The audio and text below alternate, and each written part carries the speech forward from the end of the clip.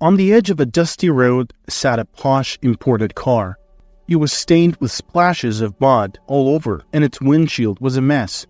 Beside the car, 3 young lads stood, each under 20. These guys were known for their bold antics, extravagant spending, and always dressing in top-notch fashion. All 3 were buddies from the same university. Paul was the future doctor among them. They had grown up believing that they could do anything they wanted. Their days were filled with lavish dinners, clubbing, and endless night parties. Such was the whirlwind of their life that they often forgot about their morning lectures after a night out. On this particular day, rather than heading home after a party, they had decided to venture further out of the city. Word was that a rich farmer's son was throwing a massive bash. Paul, Henry, and Jeff couldn't resist such an invitation. The party was a hit. Walking back to their shiny car parked in the muddy patch, Henry's eyes sparkled with a naughty idea. "Hey, how about we take this beauty on a wild ride? I heard of a road that cuts through the forest, pure and unexplored." Paul, always the sensible one, shot back. "Henry, this car isn't built for off-roading. You sure about this?" Jeff chuckled, hugging them both. "Come on, how bad could it be?" And just like that, they embarked on a rugged journey. Dust clouds trailed them as the car grumbled in protest, navigating around fallen branches, leaping over waterlogged patches, and evading jagged stones. The trio's wild adventure began. "Henry, this car is not built for rough roads," Paul exclaimed, gripping his seat tightly. "Lighten up, Paul," Henry replied, his eyes alight with adrenaline. In what seemed like an eternity, but was merely minutes, they found themselves back on smooth pavement, taking deep breaths of relief. However, their brief moment of triumph was shattered by an unmistakable sound, the slow hiss of air escaping. Jeff peered into the rearview mirror. "Did we just—" Paul confirmed with a heavy nod. "Both back tires are gone." Henry slumped in his seat. "Okay, maybe that wasn't the smartest move." Jeff smirked. "You think?" Amidst the enveloping darkness, Paul, trying to keep his composure, retrieved his phone. "I'll call for a tow," he said, sounding wary. "But they might take some time to get here." "Hold on, I'm short on cash," Henry said, looking worried. "Should we call my dad?" "No way, we should have been in our lecture right now," Jeff reminded. Henry groaned. "Great. If he finds out about this, he'll definitely freeze my card." Jeff thought for a moment. "First, let's head back to the city, clean up and change. Afterward, one of us can return with the tow truck." Henry and Paul exchanged glances, realizing Jeff's plan made sense. The unmistakable aroma of alcohol hung around them, evidence of their wild night out. Dawn was breaking, and they were just sobering up from their escapades. Hitchhiking was new territory for the trio. The thought of sticking their thumbs out, hoping for a stranger's kindness, was alien and to some extent humbling. However, as the saying goes, there is always a first time, so even pampered young men could find themselves in unfamiliar situations, leveling with the common man's predicaments. On this stretch of the highway, cars were few and far between, decreasing their chances of hitching a ride. It felt like the dwindling snow of March, slowly disappearing under the sun's warmth. "Seriously? We might be stuck here till noon," Jeff lamented. Paul, trying to be the voice of reason, replied, "Relax, Jeff. We're not in the city anymore. Public transports aren't on a tight schedule here. We'll get something." Henry, often the impatient one, was about to step into the comforting shade of the nearby trees when he saw a silhouette of a bus appearing from a distant curb. "Guys, check that out. A bus is coming our way." Instantly, both Jeff and Paul stood alert, their previous frustration replaced by a surge of hope. Stranded in the middle of nowhere, without their wallets or their ride, the young men felt a sense of vulnerability they weren't accustomed to, and they were eager to shake it off. The bus drew nearer, and the trio could make out the driver more clearly. She was a woman, likely in her 30s, adorned with a distinct headscarf that draped gracefully across her forehead. "Didn't expect a woman behind the wheel, huh?" Paul remarked, attempting to inject some humor as he stepped onto the bus. His comment elicited chuckles from his friends, their collective laughter loud enough to draw curious and disapproving glances from some of the passengers. The unmistakable scent of alcohol wafted from them, reminiscent of a worn-out tavern at the end of a long night. With their usual casualness, the guys fumbled for their seats. Paying their fare, they carelessly threw their money towards the driver, as though they were casually tipping a street musician. "You can keep the change. Might help with some makeup," Jeff remarked cheekily. "She probably can't even afford the good stuff," Henry quipped, causing another round of party laughter among the trio. The driver's cheeks reddened, clearly taken aback by their comments, but she held her tongue, focusing on the road. With the absence of a conductor that day, she had the added responsibility of managing fares and passengers. The rowdy banter of the three inebriated young men was clearly grating on her patience. Finally, she half-turned to address them. "Gentlemen, could you please lower your voices? This isn't a private ride." The trio was taken aback by the driver's remark. In their world, they were usually met with nods of agreement and words of affirmation. At restaurants, waitstaff would dote on them, eager to please. Shops would roll out the proverbial red carpet, and during these affluent patrons felt catered to every moment. This kind of deference was almost an everyday backdrop to their lives. Yet today, they'd met their match in the bus driver, Alice. She wasn't going to be swayed by the status or antics. Her objective was clear: drive safely and follow the rules. But the boys weren't about to let this pass without making a scene. "You might want to keep your eyes on the road," Jeff began, raising his voice so the entire bus could catch every word. "Whoever thought it was a good idea to let a monkey steer the bus? Aren't there men around who can do the job?" Paul and Henry's laughter echoed, the sharp and cackling kind, akin to that of hyenas. Alice's hands gripped the steering wheel even tighter, but she kept her cool. She had encountered such comments before, but hearing them from these entitled young men was particularly stinging. Silently adjusting her headscarf, she navigated the turn with precision. In just about 40 minutes, she'd be free of the bothersome trio, who by sheer chance had found themselves on her route that day. Alice was a recent addition to this route. Before this, she navigated a compact shuttle amidst the city's tight traffic-laden lanes. But her heart yearned for the expansive freedom of the highway. It had always been her dream to pilot a bus on longer, intercity routes. From the tender age of 18, Alice had been behind the wheel, mastering the art of driving a vast range of vehicles, from nimble motorcycles to hulking trucks. Her passion for commanding large vehicles wasn't just a personal choice, it was a legacy. It sprang from countless memories she made with her father.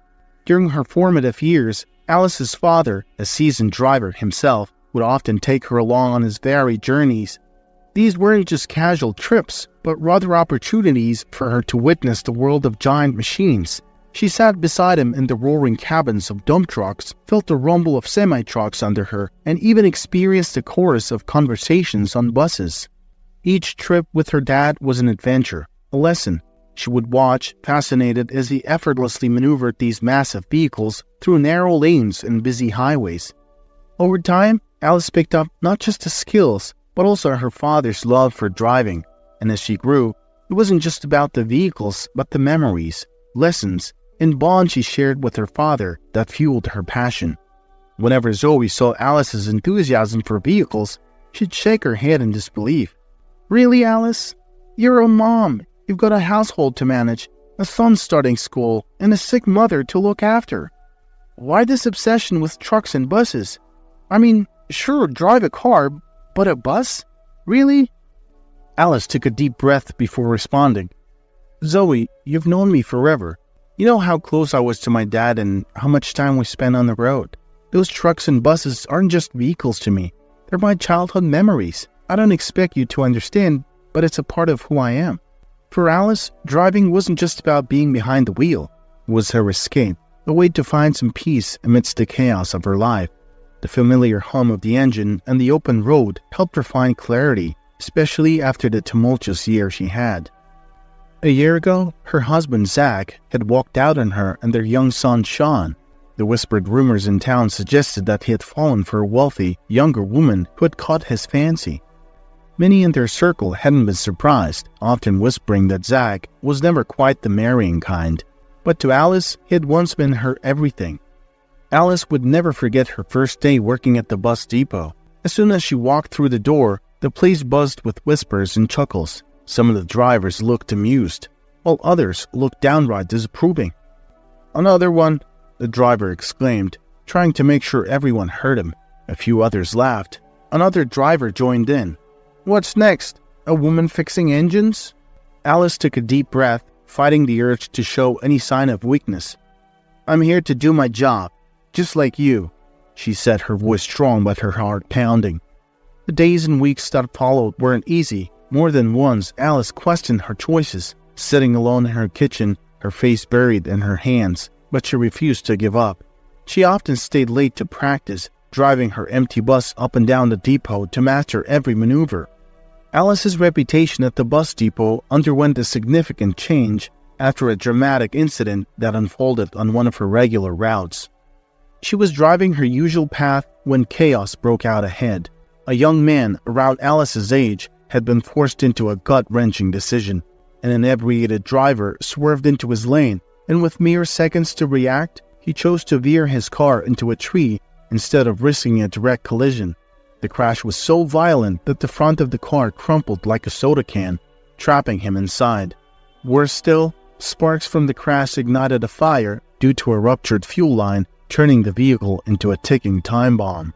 Alice's instincts took over. She immediately pulled the bus to the side of the road, grabbed the fire extinguisher from its holder, and sprinted to the blazing vehicle.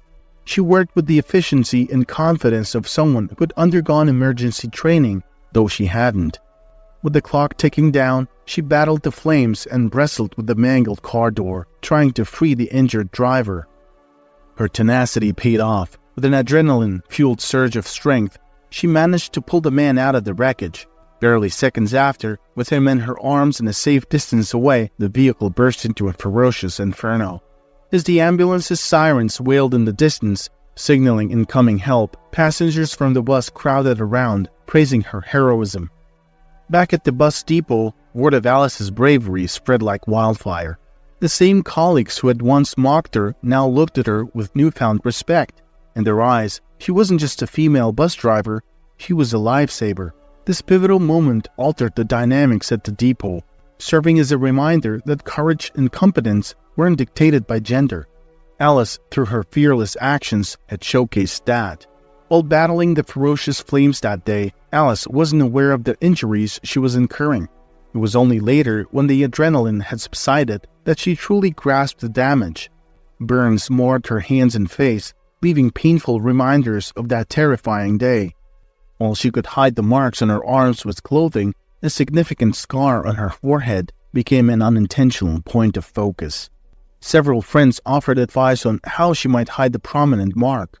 Some recommended growing out her hair to form a curtain-like fringe that would obscure it. But Alice, always practical and true to herself, decided on another solution. She took to wearing a headscarf. Not only did it mask the scar effectively, but it also kept her vision clear and unimpeded by hair.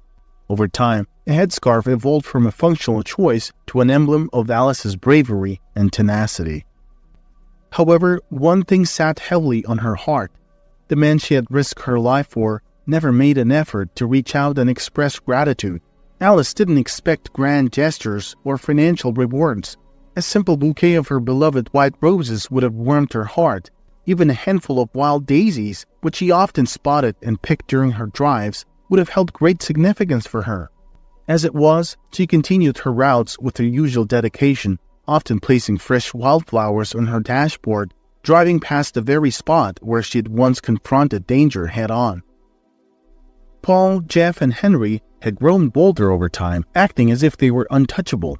Their brazen behavior wasn't just limited to Alice. They also tormented other passengers.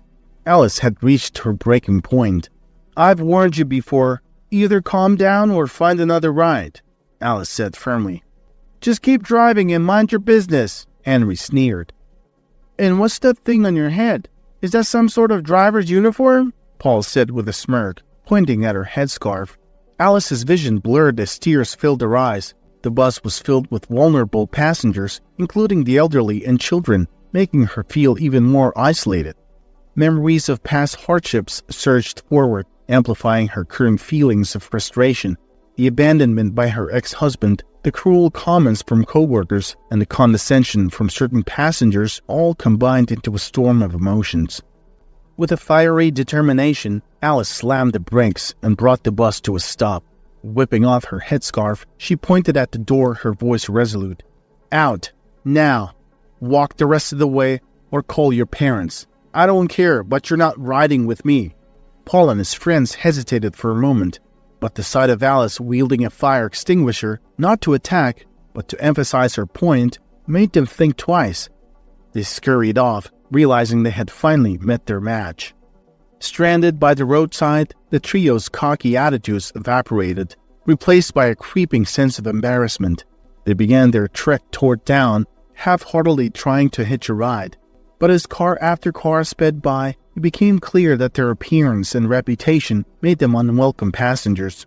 Then, in what initially seemed like a fortunate turn of events, a familiar car halted a short distance ahead. The car's shiny appearance glinted in the afternoon sun, and as it reversed, Paul recognized the vehicle's signature features. It was his brother Patrick's prized possession. Jeff chuckled. "Looks like our ride's here. Thanks heaven for family." Henry nodded, eagerly anticipating the plush comfort of Patrick's leather seats, especially after their long walk. But as Patrick emerged from his car, any hope of a friendly reception vanished. His posture was rigid, his face stern and unreadable, like a statue crafted from pure marble. Without uttering a greeting, his piercing gaze scanned the group, resting longer on Paul, his younger brother. "Your car break down or something?" Patrick finally inquired. "We had a flat," Paul mumbled. "You know there's a jack in the trunk, right?" Paul hesitated, then admitted. "Both tires went out." Patrick sighed deeply, rubbing his temples. "Paul, how many times do I have to bail you out? It's time you start taking responsibility. I can't keep rescuing you." Patrick always found it hard to relate to his younger brother's recklessness. Paul had privileges many could only dream of: a top-tier education, a flashy car, and the freedom to pursue his passions without any financial worries. But what troubled Patrick wasn't envy or disdain for Paul's carefree life. It was genuine concern. He often blamed Paul's friends for his wayward behavior. Patrick believed that if Paul surrounded himself with more focused and ambitious individuals, he'd be influenced in a positive way. He had seen firsthand how the company one keeps can shape one's character and decisions. From a young age, Patrick was enamored by the world of automobiles. Watching their father, Bill, transform from a humble car salesman to the owner of a sprawling chain of car dealerships had instilled in him a sense of purpose and responsibility. Bill still had his hand in many aspects of the business, but the day-to-day management had shifted to Patrick. As the CEO, he juggled numerous responsibilities, and every minute of his day counted. The last thing he wanted was to spend his precious time chasing after his wayward sibling.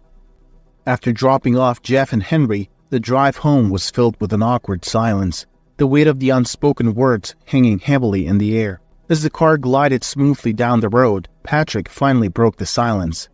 "Look, Paul," he began, choosing his words carefully. "I get it. You want to enjoy life, experience adventures, and make memories? And I genuinely want that for you. But reckless behavior isn't the way, especially after last night. I've always told you how much I despise drunk driving. It's not just about your safety, it's about everyone else on the road too. I just want you to understand the risks and think before you act. That's all." Patrick's voice, while stern, also had an underlying tone of deep concern. He hoped his message would resonate with his younger brother, steering him toward a brighter path. Patrick's deep-seated aversion to drunk drivers wasn't unfounded. Just a year prior, he had been the victim of a harrowing car accident caused by an intoxicated driver. The impact was so severe that he was plunged into a coma, with doctors unsure if he'd ever wake up. For 3 agonizing months, his family watched over him, hoping and praying for his recovery. Though he was eventually able to pull through, the scars, both physical and emotional, remained. Memories of that fateful night still haunted him, giving him nightmares. It was a chapter of his life he wished to close, but the trauma often resurfaced, especially when he saw others take the same reckless path.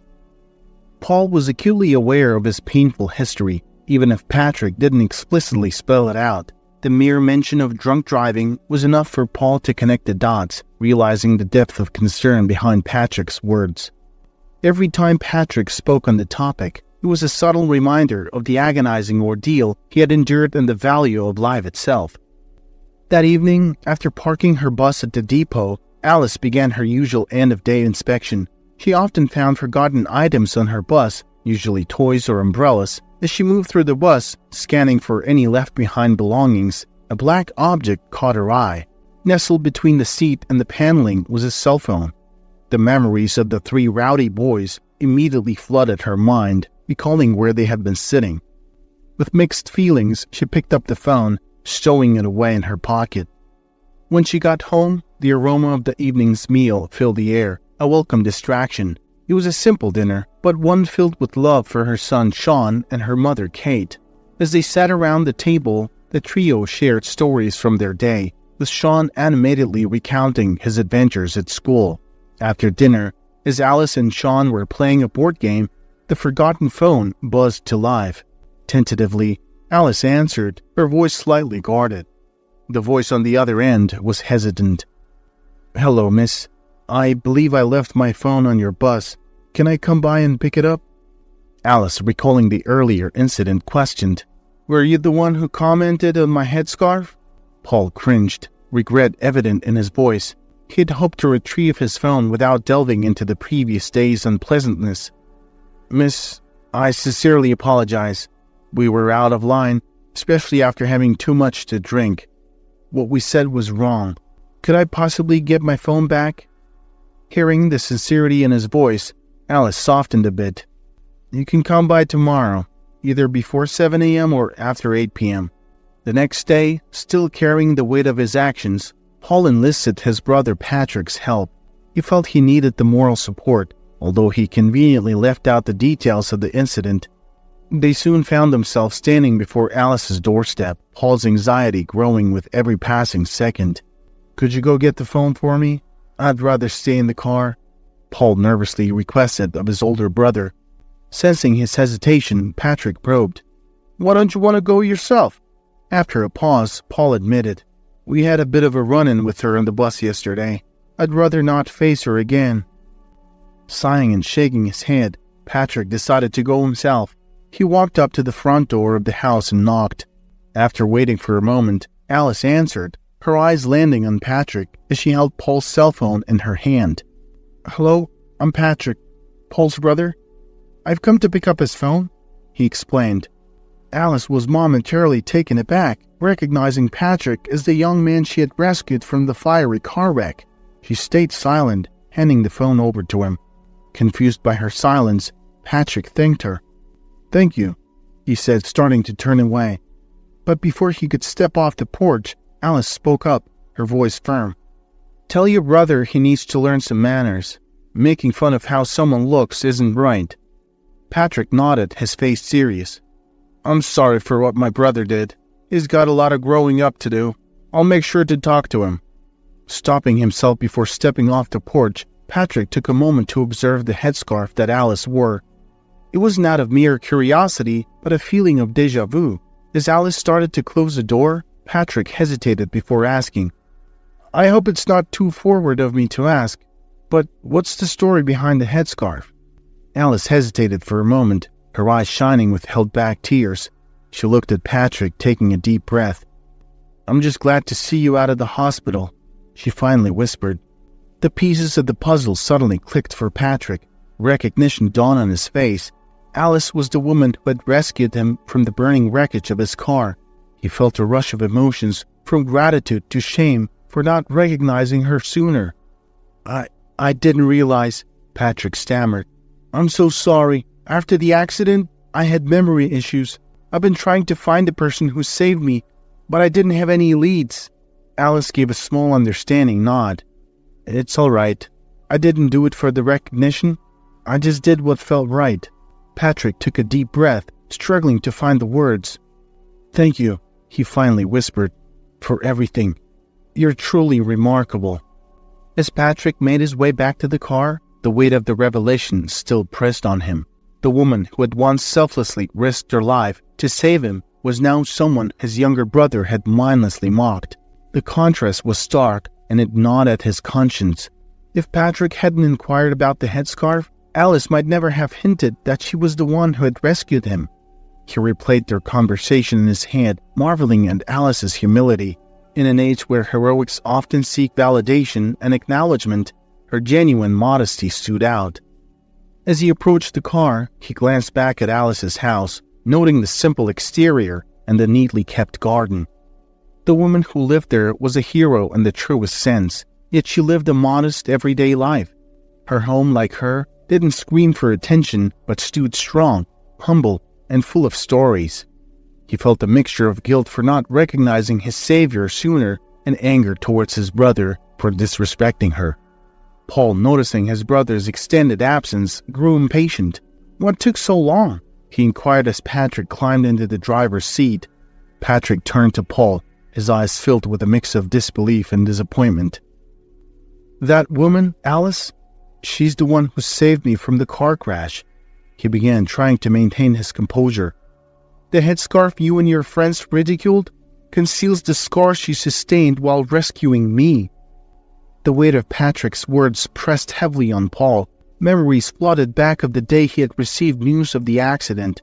While the two brothers had their fair share of quarrels and disputes growing up, their bond was undeniable. The realization that he had belittled and mocked a woman who had risked her life to save his brother filled Paul with shame and regret. The days and weeks passed, and everyone started to find their rhythm again. Paul, after facing the harsh reality of his actions and receiving a stern talking to from his parents, realized he had been drifting aimlessly. He refocused on his medical studies, understanding the weight and responsibility that came with his chosen career path. After all, becoming a doctor wasn't just about prestige, it was about making a difference and saving lives. But beyond his academic pursuits, Paul harbored another aspiration. This newfound goal wasn't for personal gain or recognition. Instead, it stemmed from a deep-seated desire to give back and make amends for past mistakes.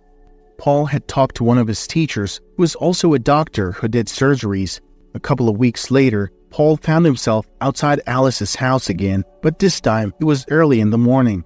He had parked his car and waited. When he saw her stepping out of her house, he got out of his car, holding a big bunch of flowers in his hands. He felt his heart pound as he approached her. The morning sun was shining, making the dew on the grass sparkle. Everything felt surreal. This was his chance to make a small right in a sea of wrongs. "Hey, Alice. Good to see you again," Paul said, a nervous but sincere smile on his face.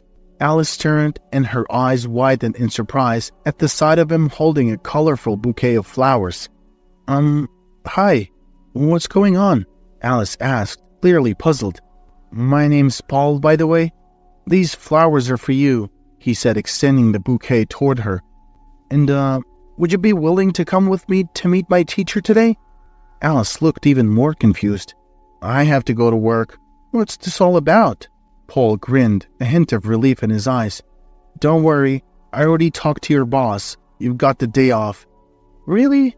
Why are you doing all this?" Paul's face turned serious. "I'm really sorry for how I acted the other day. I was drunk and it was stupid. I found out you were the one who saved my brother Patrick. I want to do something for you."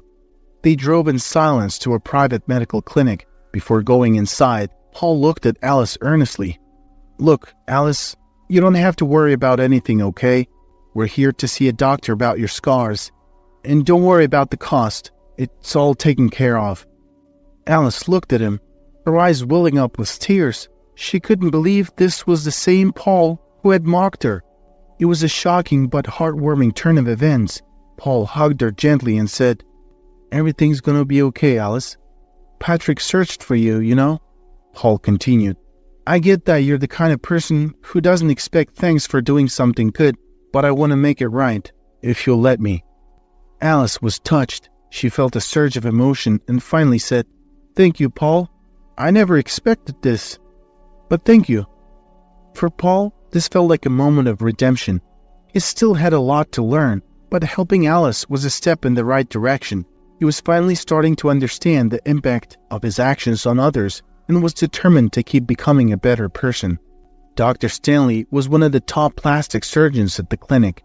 With the years of experience under his belt, he specialized in restoring and reconstructing appearances.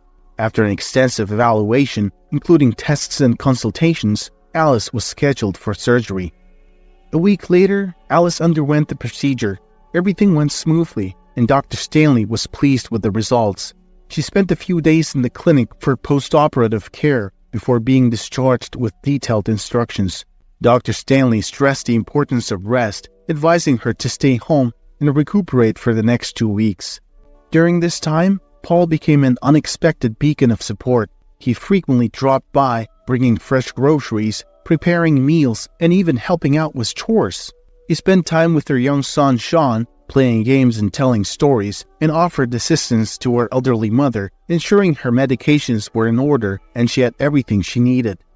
Seeing the daily challenges and joys of this humble family, Paul was humbled. The once reckless young man found himself gaining a new perspective on life. He realized how blessed he was, not just materially, but with the privilege of education and opportunities.